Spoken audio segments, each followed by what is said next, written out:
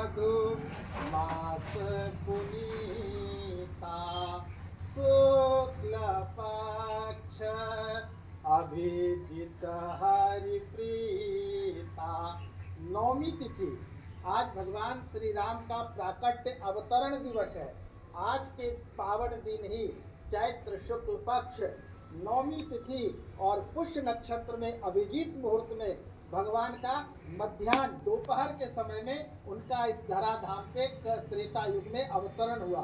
मानो वही क्षण, वह जो त्रेता काल में जो क्षण था, आज वह हम सबके सामने यह दृश्यमान हो रहा है। और आपने अभी पूर्व में कहा था कि सूर्य एक अभी हमारे शैलेश तिवारी जी ने भी कहा कि 1 महीने तक जो है भगवान सूर्य जो है वो अस्त ही नहीं हुए। तो चंद्रमा ने कहा कि हमें भी तो दर्शन करने का मौका दीजिए।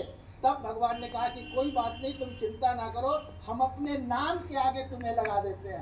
तब से भगवान का नाम क्या हो गया? रामचंद्र। तो रामचंद्र। और उसके बाद नौमी तिथि आपने देखा होगा और सुना होगा, कोई ऐसा व्रत नहीं था जो नौमी तिथि को होता था। नौमी तिथि एक कोने में बैठी हुई थी। सारी तिथियों में एकादशी व्रत, त्रोदशी व्रत, पूर्णिमा का व्रत सब लोग करते थे, लेकिन नौमी में कोई शुभ कार्य नहीं होता था।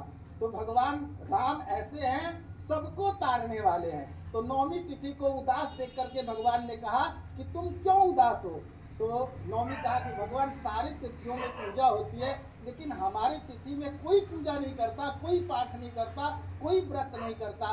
तो भगवान ने कहा कि कोई बात नहीं, अब तुम्हारी तिथि में जितनी पूजा संसार में होगी उतना कोई तिथि में नहीं होगी। हम जब इस धराधाम पे आएंगे तो नौमी तिथि के दिन आएंगे। और देखिएगा, नौमी जो है 9 अंक अपने आप में परिपूर्ण अंक है, इसलिए भगवान श्री राम को परिपूर्ण कहा गया। पूर्णमदः पूर्णमिदं पूर्णात् पूर्णमुदच्यते पूर्णस्य पूर्णमादाय पूर्णमेवावशिष्यते। आप 9 से 90 तक गिनेंगे तो 9 ही अंक आएगा। 9 दूनी 18, 8 1 9, 9 3 27, 7 2 9, 9 4 36, 6 3 9, यानी कोई अंक अगर काउंट करेंगे तो पूर्ण नहीं आएगा, मात्र 9 ही। इसलिए भगवान श्री राम का जन्म नौमी तिथि के दिन हुआ।